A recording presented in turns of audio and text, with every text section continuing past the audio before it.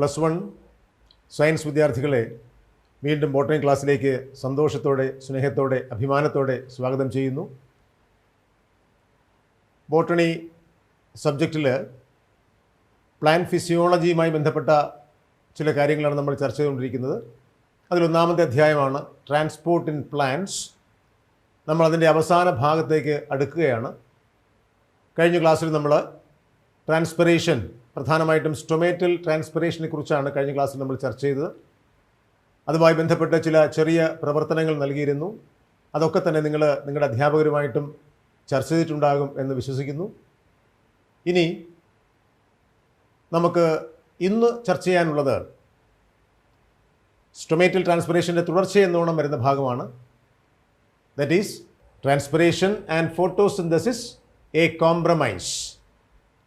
അത് കേട്ട് നിങ്ങൾ ഭയപ്പെടേണ്ട കാര്യമില്ല. ഫോട്ടോസിന്തസിനെ കുറിച്ച് അല്ലെങ്കിൽ പ്രകാശ സംശ്ലേഷണത്തെക്കുറിച്ച് വളരെ വിശദമായിട്ട് നിങ്ങൾ ഇനി വരുന്ന അധ്യായങ്ങളിൽ പഠിക്കും. അപ്പോൾ ട്രാൻസ്പിറേഷനും ഫോട്ടോസിന്തസിസും തമ്മിലുള്ള കോംപ്രമൈസ് എന്താണ്, അതിനെക്കുറിച്ചുള്ള ചില കാര്യങ്ങളാണ് നമ്മൾ ഈ ക്ലാസ്സിൽ ചർച്ച ചെയ്യുന്നത്. You know, transpiration has more than one purpose. സസ്യ സ്വേദനത്തിന് ഒന്നിൽ കൂടുതൽ ഉദ്ദേശങ്ങളുണ്ട്, ലക്ഷ്യങ്ങളുണ്ട്, ആവശ്യമുണ്ട്. എന്തൊക്കെയാണത്? It creates transpiration pull for absorption and transport of plants. എന്താണ്? It creates transpiration pull. നമ്മൾ കഴിഞ്ഞ ക്ലാസ്സിൽ പഠിച്ചു എന്താണ് ട്രാൻസ്പിറേഷൻ പുൾ.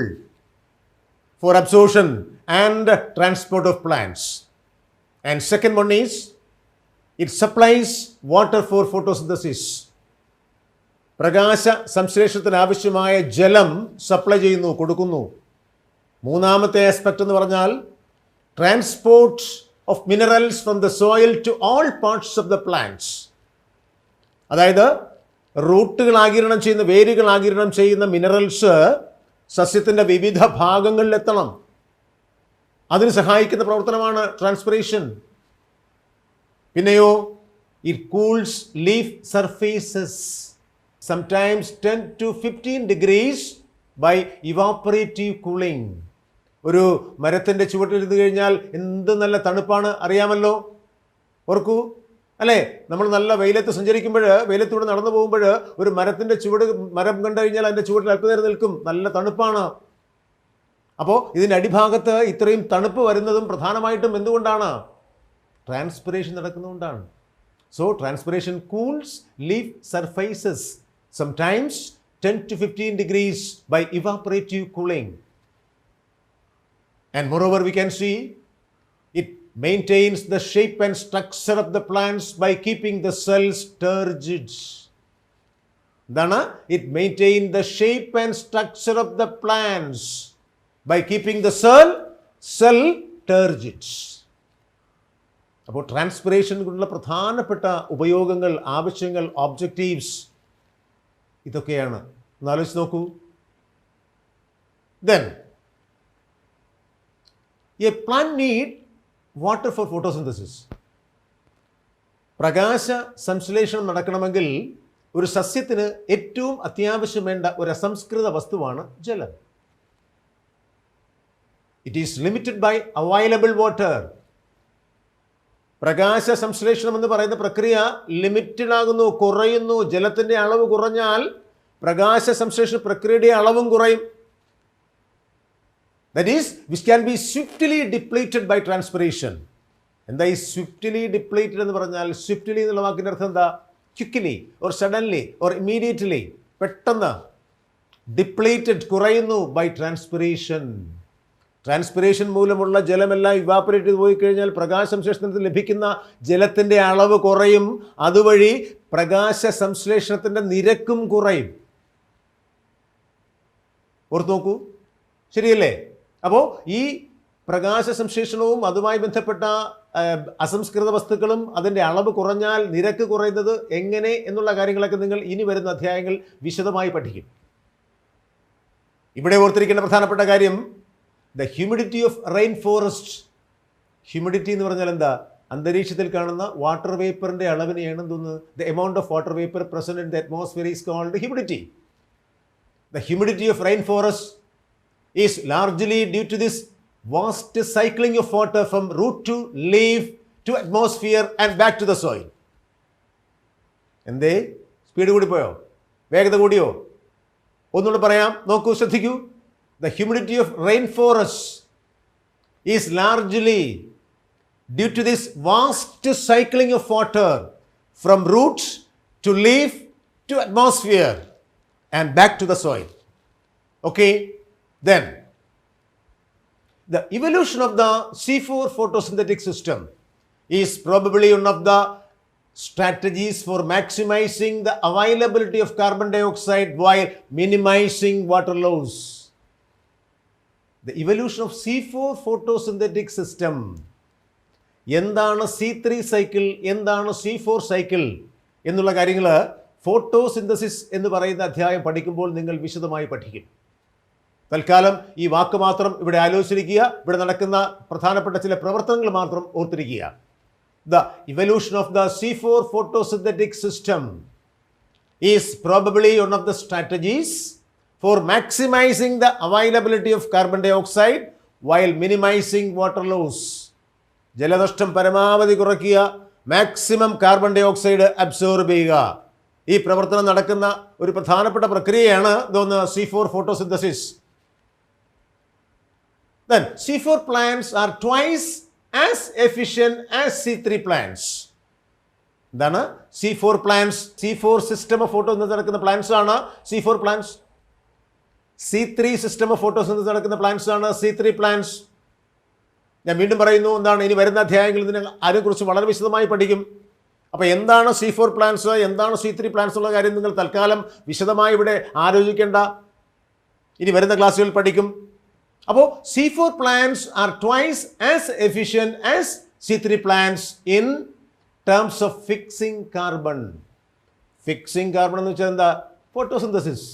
അത്രയും മാത്രം തൽക്കാലം മനസ്സിലാക്കുക. However, a C4 plant loses only half as much water as a C3 plant for the same amount of carbon dioxide fixed. എന്ന് പറഞ്ഞാൽ എന്താ? എന്ന് പറഞ്ഞാൽ a C4 plant loses only half as much water as a C3 plant for the same amount of carbon dioxide fixed എന്ന് പറഞ്ഞാൽ C3 പ്ലാന്റും C4 പ്ലാന്റും തമ്മിൽ കമ്പയർ ചെയ്യുമ്പോൾ വാട്ടർ ലോസ് കുറവാണ് എവിടെ? C4 പ്ലാന്റ്സിൽ എന്ന് മാത്രം തൽക്കാലം മനസ്സിലാക്കുക. Okay, so then we have to discuss uptake and transport of mineral nutrients. Mineral ന്യൂട്രിയൻസിൻ്റെ uptake and transports. Plants obtain their carbon and most of their oxygen from carbon dioxide in the atmosphere. പ്ലാന്റ്സിന് ആവശ്യമുള്ള carbon പ്രധാനമായിട്ടും, carbon മാത്രമല്ല ഓക്സിജനും പ്രധാനമായിട്ടും ലഭിക്കുന്നത് എന്തിൽ നിന്നാണ്? അന്തരീക്ഷത്തിലെ കാർബൺ ഡൈ ഓക്സൈഡിൽ നിന്നാണ്. However, the remaining nutritional requirements are obtained from minerals and water for hydrogen in the soil. പക്ഷേ എന്നാൽ ബാക്കിയുള്ള nutritional requirements are obtained from minerals and water for hydrogen in the soil. അപ്പോൾ hydrogen ലഭിക്കുന്നത് പ്രധാനമായിട്ടും വാട്ടറിൽ നിന്നാണ്. അപ്പോൾ ഞാൻ നേരത്തെ പറഞ്ഞു, കാർബണും ഓക്സിജനും പ്രധാനമായിട്ടും ലഭിക്കുന്നത് അന്തരീക്ഷത്തിലെ കാർബൺ ഡൈ ഓക്സൈഡിൽ നിന്നാണ്. ഹൈഡ്രജൻ മൂലകങ്ങൾ ലഭിക്കുന്നത് പ്രധാനമായിട്ടും വാട്ടറിൽ നിന്നാണ്, എസ്പെഷ്യലി ഹൈഡ്രജൻ ഫ്രം വാട്ടർ. ഇനി നമ്മൾ അറിഞ്ഞിരിക്കേണ്ട പ്രധാനപ്പെട്ട കാര്യം, how this uptake of mineral ions takes place. ഈ മിനറൽ അയോൺസിൻ്റെ അപ്ടേക്ക് നടക്കുന്നത് എങ്ങനെയാണ്? ആദ്യം നമ്മൾ ഓർത്തിരിക്കേണ്ട പ്രധാനപ്പെട്ട പോയിന്റ് എന്താ? All minerals cannot be passively absorbed by the roots. റൂട്ടുകൾ വഴി എല്ലാ മിനറൽസിനും പാസീവായിട്ട് കയറി പോകാൻ പറ്റത്തില്ല. പാസീവ് അബ്സോർപ്ഷൻ വഴി എല്ലാ മിനറൽസിനും റൂട്ടിലെത്താൻ പറ്റത്തില്ല. എന്താ കാര്യം? ഒന്നുകൂടെ പറയാം. All minerals cannot be passively absorbed by the roots because first reason, ഒന്നാമത്തെ കാരണം എന്തുകൊണ്ടാണ്? ഒന്ന്, minerals are present in the soil as charged particles. Charged പാർട്ടിക്കിൾസിനെ പറയുന്ന പേരെന്താ? Ions. Which cannot move across cell membrane. Which cannot move across cell membrane. രണ്ടാമത്തെ കാരണം എന്ന് പറയുന്നത് എന്താ? The concentration of mineral ions in the soil is usually lower. മണ്ണിലെ മിനറൽസിന്റെ കോൺസെൻട്രേഷൻ കുറവായിരിക്കും. ഏതുമായി കമ്പയർ ചെയ്യുമ്പോൾ? Lower than the concentration of minerals in the roots. റൂട്ടിലെ മിനറൽസിന്റെ കോൺസെൻട്രേഷൻ കൂടുതലായിരിക്കും, മണ്ണിലെ മിനറൽസിന്റെ കോൺസെൻട്രേഷൻ കുറവായിരിക്കും. സോ അങ്ങനെ വരുമ്പോൾ എന്താ സംഭവിക്കുക? So most minerals must enter the roots by active absorption into the cytoplasm of epidermal cells. അപ്പോൾ അങ്ങനെ വരുമ്പോൾ പാസീവ് അബ്സോർഷന് സാധ്യത കുറയുകയും, എന്തായാലും ഇവയൊക്കെ എത്തണമല്ലോ. അപ്പോൾ എന്ത് വേണ്ടി വരും? ആക്റ്റീവ് അബ്സോർഷൻ എന്ന് പറയുന്ന പ്രവർത്തനം വേണ്ടി വരുന്നു. By active absorption into the cytoplasm of epidermal cells. Active absorption നടക്കണമെങ്കിൽ എന്താവശ്യമാണ്? ഊർജം ആവശ്യമാണ്. This needs energy. And ions absorbed from the soil reaches the roots by both passive and active transports. അപ്പോൾ ഇതിൽ നമ്മൾ മനസ്സിലാക്കേണ്ട കാര്യം എന്താ? അയോൺസ് മണ്ണിൽ നിന്ന് ഏതെല്ലാം പ്രവർത്തനം വഴി? ആക്റ്റീവ് ട്രാൻസ്പോർട്ട് വഴിയും പാസീവ് ട്രാൻസ്പോർട്ട് വഴിയും എത്തിച്ചേരുന്നു എന്നുള്ള കാര്യം മനസ്സിലാക്കുക. ഇനിയോ ഇതുമായി ബന്ധപ്പെട്ട മറ്റൊരു കാര്യം എന്താ? Specific proteins in the membranes of root hair cells. Root hair സെൽസിലെ മെംബ്രെയിനിൽ കാണപ്പെടുന്ന specific proteins actively pump ions from the soil into the cytoplasm of the epidermal cells. Root hair cell membrane കാണപ്പെടുന്ന specific proteins എന്ത് ചെയ്യുന്നു? Actively pumping ions. എവിടെ നിന്ന് അങ്ങോട്ട്? From the soil into the cytoplasm of the epidermal cells. Like all cells, the endodermal cells have many transport proteins embedded in their plasma membrane. എൻഡോഡെർമിസ് എന്താണെന്നുള്ള കാര്യം നമ്മൾ പഠിച്ചിട്ടുണ്ട് മുൻ ക്ലാസ്സിൽ അല്ലേ? കോർട്ടെക്സ് അവസാനിക്കുന്നത് എവിടെയാണ്? എൻഡോഡെർമിസിലാണ്. അപ്പോൾ മറ്റു സെല്ലുകളിലേതുപോലെ എൻഡോഡെർമൽ സെൽസും എന്തുണ്ട്? Have many transport proteins. എവിടെയാ? Embedded in their plasma membrane. അപ്പോൾ എന്ത് ചെയ്യുന്നു? They let some solutes cross the membrane but not others. എല്ലാവരെയും കടത്തിവിടില്ല, ചിലരെ കടത്തിവിടും. ഒന്നുകൂടെ ശ്രദ്ധിക്കുക. ലൈക്ക് ഓൾ സെൽസ്, എല്ലാ കോശങ്ങളിലേതുപോലെ എവിടെയും ദ എൻഡോഡെർമൽ സെൽസ് എന്തുണ്ട്? Have many transport proteins. എവിടെ? Embedded in their plasma membrane. അവ എന്തു ചെയ്യുന്നു? They let some solutes cross the membrane but not others. Okay, then transport proteins of endodermal cells. Endodermal cells വഴിയുള്ള transport ആരുടെ? Proteins. Transport proteins of endodermal cells are control points where a plant adjusts the quantity and types of solutes that reach the xylem. അപ്പോൾ എന്താണ്? Endodermal സെൽസിൽ കാണപ്പെടുന്ന transport proteins ആണ്. അവ control യൂണിറ്റായി പ്രവർത്തിക്കുന്നു. ആ control യൂണിറ്റുകളാണ് എന്ത് അഡ്ജസ്റ്റ് ചെയ്യുന്നത്? They adjust the quantity and types of solutes that reach the xylem. സൈലത്തിൽ എന്തുമാത്രം സൊല്യൂട്ട്സ് എത്തണം, ഏതെല്ലാം സൊല്യൂട്ട്സ് എത്തണം എന്ന് നിശ്ചയിക്കാൻ തീരുമാനിക്കാൻ സഹായിക്കുന്ന പ്രധാനപ്പെട്ട ട്രാൻസ്പോർട്ട് പ്രോട്ടീൻസ് എവിടെയുണ്ട്? എൻഡോഡെർമൽ സെൽസിലുണ്ട്. അതുകൊണ്ടാണ് അവയെ കൺട്രോൾ പോയിന്റ്സ് എന്ന് പറയുന്നത്. Moreover we can see the root endodermis has a suberin layer. നമ്മൾ പഠിച്ചിട്ടുണ്ട് റൂട്ടിലെ എൻഡോഡെർമിസിൽ സിബെറിൻ ലെയർ ഉണ്ട്. So active transport of ions takes place in one direction only.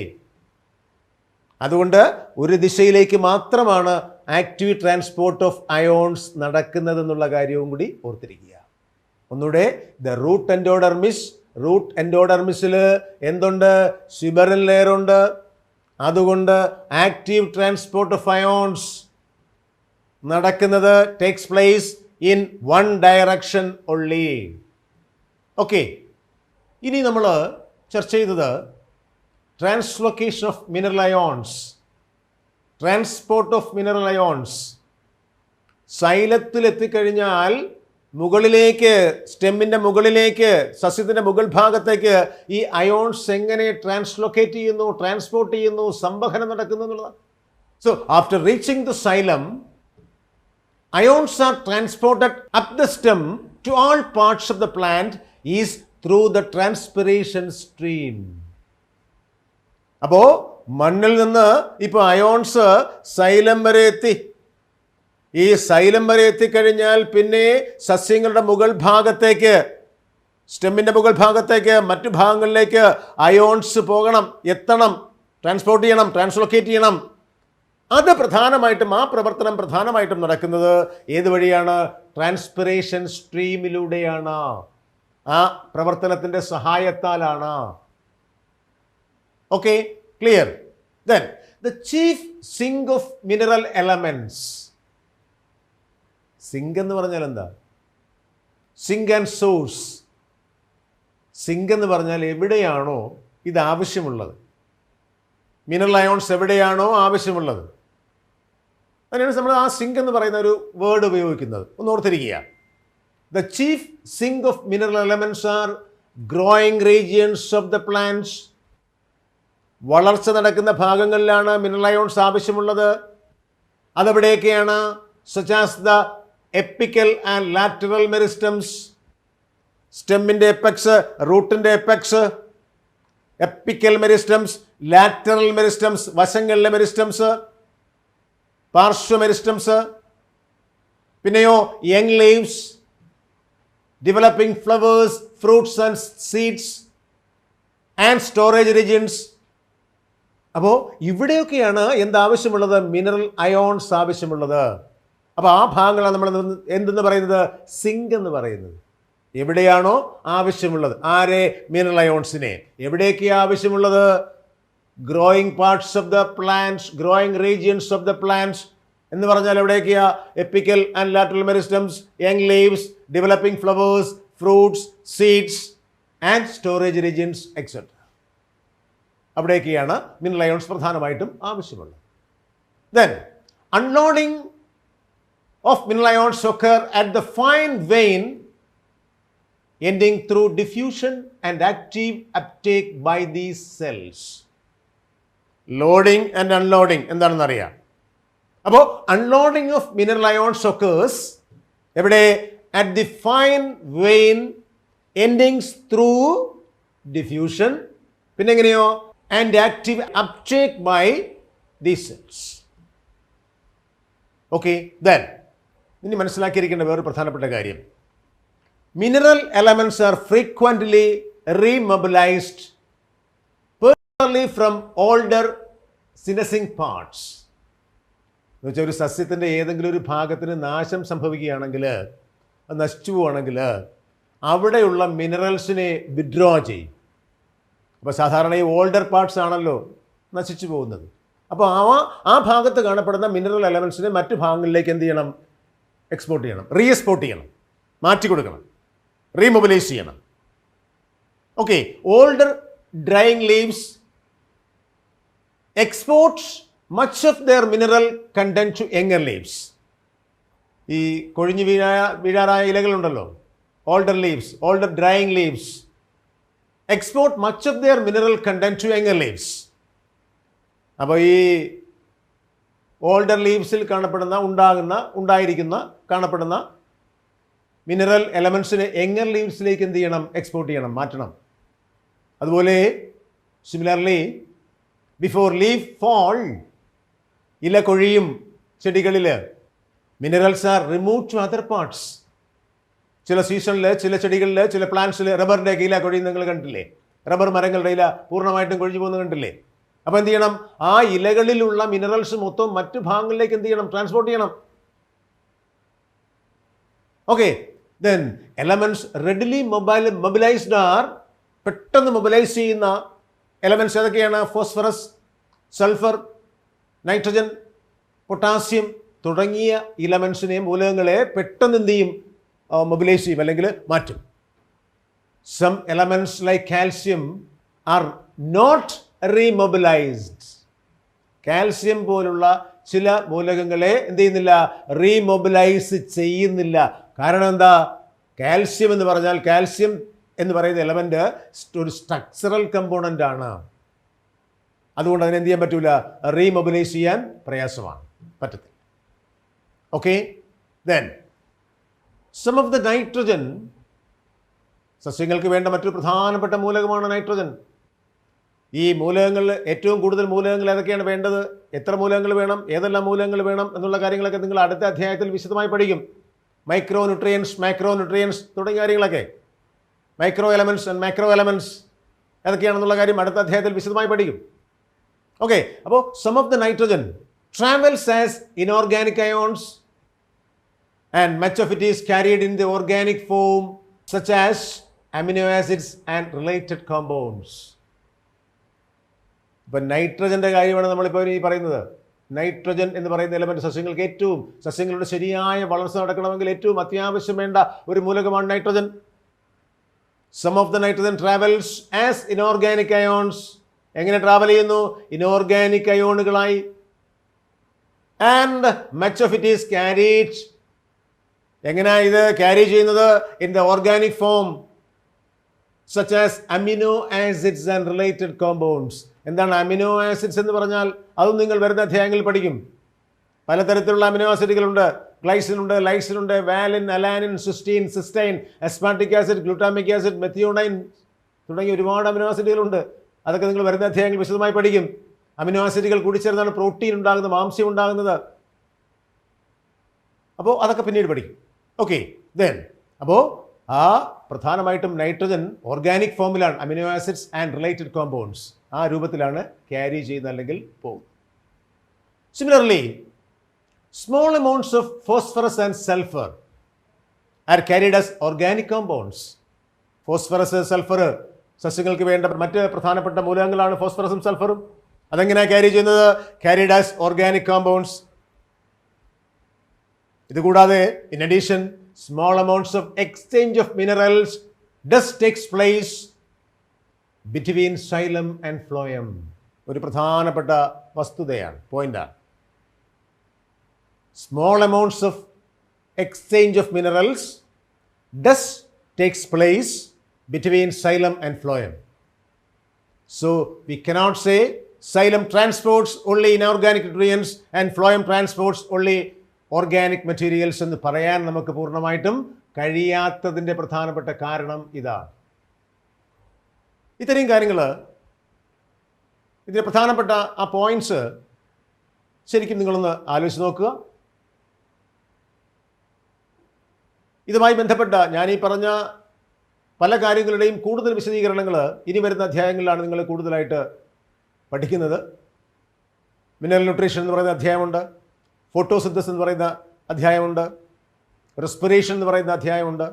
ആ അധ്യായങ്ങളിൽ ഇവയെക്കുറിച്ച് വിശദമായി നിങ്ങൾ പഠിക്കും. അതുകൊണ്ടാണ് ഞാൻ കൂടുതലായിട്ട് അതിനെക്കുറിച്ച് ചർച്ച ചെയ്യാൻ. ഇത്രയും പറഞ്ഞ കാര്യങ്ങൾ നിങ്ങൾ ശാന്തമായി ഒന്ന് ആലോചിച്ച് നോക്കുക. ഇതുമായി ബന്ധപ്പെടുന്ന എന്ത് സംശയമുണ്ടെങ്കിലും നിങ്ങളുടെ ബഹുമാനപ്പെട്ട അധ്യാപകരുമായിട്ട് നിങ്ങൾ ചർച്ച ചെയ്യണം, മനസ്സിലാക്കണം.